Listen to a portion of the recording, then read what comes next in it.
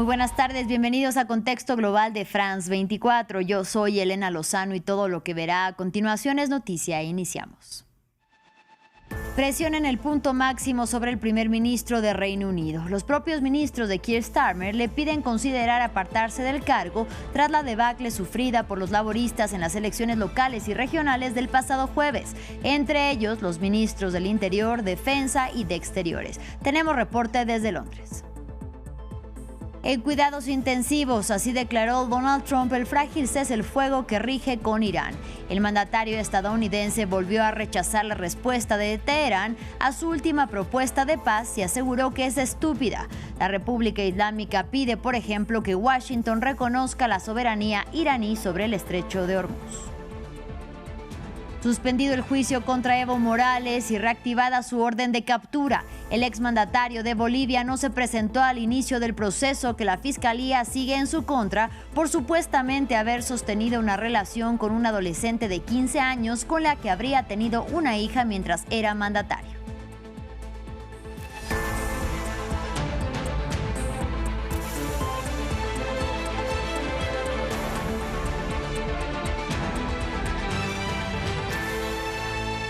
Iniciamos en Reino Unido. La presión sobre el primer ministro británico Keir Starmer está en su punto máximo. Sus propios ministros le pidieron considerar apartarse del cargo tras la debacle sufrida por los laboristas en las elecciones locales y regionales del pasado jueves, entre ellos los ministros del Interior, de Defensa y su canciller.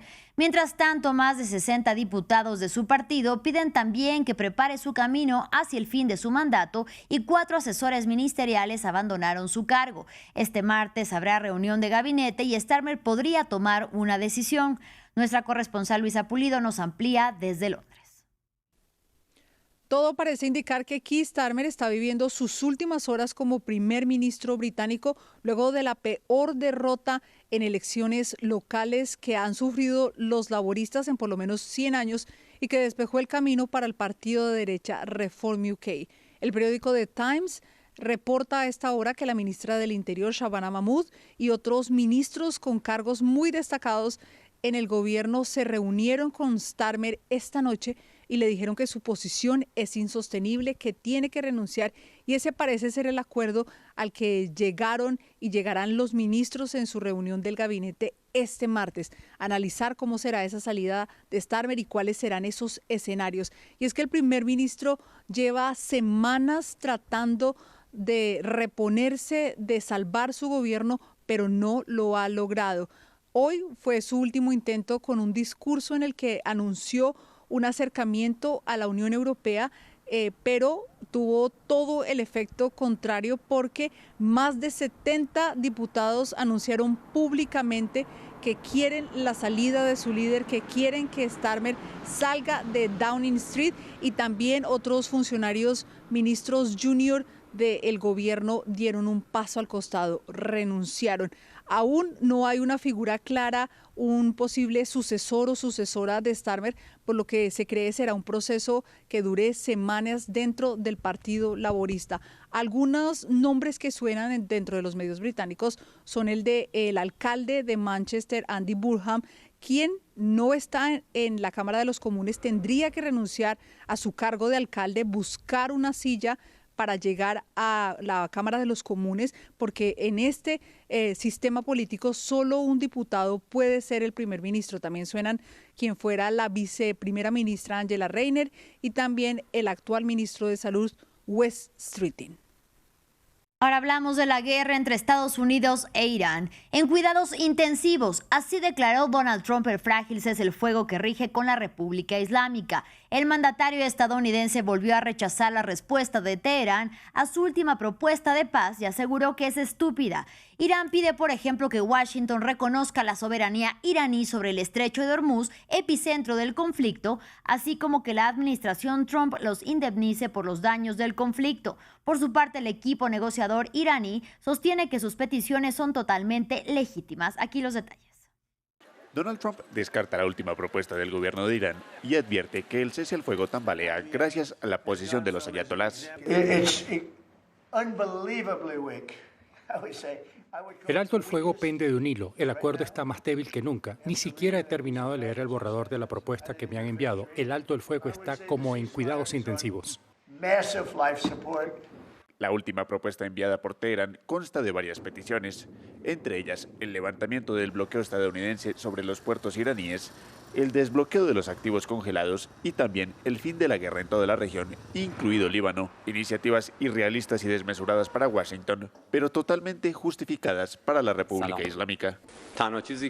Lo único que hemos reclamado son los derechos legítimos de Irán. Todo lo que propusimos en nuestro texto eran peticiones razonables y responsables, así como propuestas generosas, no solo en beneficio de los intereses nacionales de Irán, sino también por el bien, la estabilidad y la seguridad de toda la región y del mundo.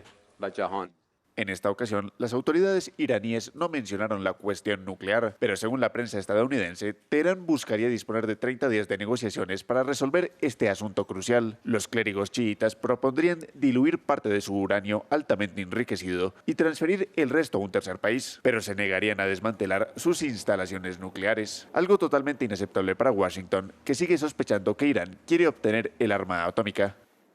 Ya se completó la evacuación de los pasajeros del crucero MV Hondius en aguas de Tenerife, en el archipiélago canario de España. El lunes partieron 2 aviones con pasajeros rumbo a más de 20 países para someterse a una cuarentena y uno de ellos ya aterrizó en Países Bajos. Un individuo de Estados Unidos figura entre las últimas sospechas de contagio, mientras que una francesa dio positivo al virus, ampliando los casos de contagios a 7. Mientras tanto, 26 miembros de la tripulación permanecen a bordo del crucero de lujo que ya se dirige a Países Bajos y se espera que llegue ahí el domingo. Aquí los detalles. Parte un avión con los últimos evacuados son rumbo a Países Bajos desde Tenerife, en las Islas Canarias. Se completa así la repatriación desde el crucero golpeado por un brote de hantavirus. El buque en cuestión, en el que todavía permanecen 26 miembros de la tripulación a bordo, se dirige también a terreno neerlandés, pero por mar, en donde se va a completar su desinfección. Concluye una difícil operación coordinada por las autoridades españolas, la Organización Mundial de la Salud y cerca de una docena de países. El virus ha cobrado la vida de 3 pasajeros en cerca de 6 semanas desde su partida de Argentina. Todavía no existe una cura o una vacuna contra el hantavirus. No hay un tratamiento real contra un grupo de virus, los hantavirus y la variedad tipo Andes, así como las enfermedades. Así que en este momento la tasa de mortalidad es muy alta. Creo que para la variedad tipo Andes la tasa de mortalidad está alrededor del 30 o 40%. Pero la Organización Mundial de la Salud dice que no hay una razón para preocuparse, dado que el contagio no es fácil y se puede contener de manera eficaz. La Organización Mundial de la Salud ha dejado claro que no creen que esta sea una crisis al nivel de las pandemias que hemos visto. Y han explicado que la razón de esto recae en la manera distinta en la que se transmite el hantavirus. Las autoridades de salud nacionales serán las que vigilen a los pasajeros en cuarentena ante cualquier signo de enfermedad las próximas semanas, mientras se avanza con un rastreo de aquellos que hayan podido verse expuestos. En información de la región latinoamericana, un tribunal de Bolivia declaró en rebeldía a Evo Morales. El exmandatario no se presentó al inicio del juicio en su contra por presunta trata agravada de una menor con la que se le acusa de haber sostenido una relación y haber tenido una hija durante su mandato. Sus abogados tampoco se presentaron al acto judicial. El exmandatario permanece desde octubre del 2024 en Cochabamba, una región cocalera del centro de Bolivia que es considerada su bastión político y sindical, bajo la custodia de cientos de sus seguidores para impedir que se ejecute una orden de captura en su contra, como la reactivada este lunes. Fueron ordenados nuevos mandamientos de aprehensión, encomendando su ejecución a la fuerza pública, es decir, a la Policía Nacional. Finalizamos en Haití. El primer ministro Alix Didier Fils-Aimé declaró que no hay las garantías de seguridad necesarias para celebrar elecciones presidenciales en agosto, mientras la nación más poblada del Caribe y una de las más empobrecidas y violentas de la región espera poder presentarse a las urnas por primera vez en una década. Para el mandatario sería mejor tener comicios a finales de año. Las elecciones en Haití han sido pospuestas repetidamente por distintos gobiernos y en paralelo a la violencia de las bandas armadas que dominan la capital, además de mantener bajo amenaza diversas zonas del país y haber dejado miles de muertos y más de 1 millón de desplazados en los últimos años.